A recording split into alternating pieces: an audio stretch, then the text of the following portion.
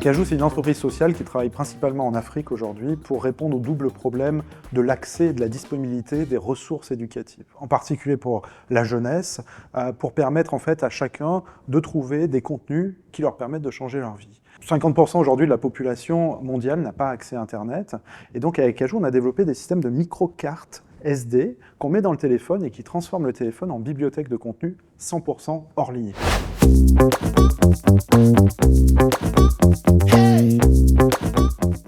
Cajoo a aujourd'hui touché plus de 150 000 personnes qui utilisent notre service pour apprendre sur 3 grandes verticales, l'éducation, la santé et la vie professionnelle et l'entrepreneuriat.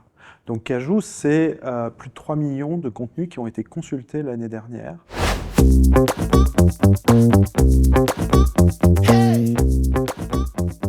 Alors Cajoo, c'est une entreprise sociale qui a été fondée par une ONG, donc c'est un peu particulier. Bibliothèques sans frontières, l'origine de Cajoo, a été créée en 2007, Cajoo a été créé en 2020, et aujourd'hui Cajoo est en levée de fonds pour monter un nouveau niveau de développement et atteindre 2 millions d'utilisateurs, et notamment continuer sa croissance pour ouvrir dans de nouveaux pays. Cajoo est actuellement présent au Sénégal et en Côte d'Ivoire, et notre ambition, c'est d'ouvrir 4 nouveaux pays dans les prochaines années pour atteindre ces 2 millions d'utilisateurs.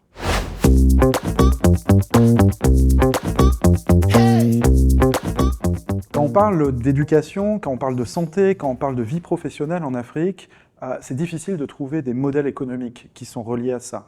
Et ça veut dire qu'il faut explorer. Ça veut dire aussi que les marges ne sont pas tout à fait les mêmes que dans un secteur lucratif traditionnel. Donc il faut réussir à inventer des modèles qui sont des modèles mixtes entre du non-profit et du for-profit. Et c'est exactement ce que Cajoo fait, c'est de trouver la ligne de crête qui permet de développer un service qui va avoir un impact profond sur les populations tout en créant de la valeur.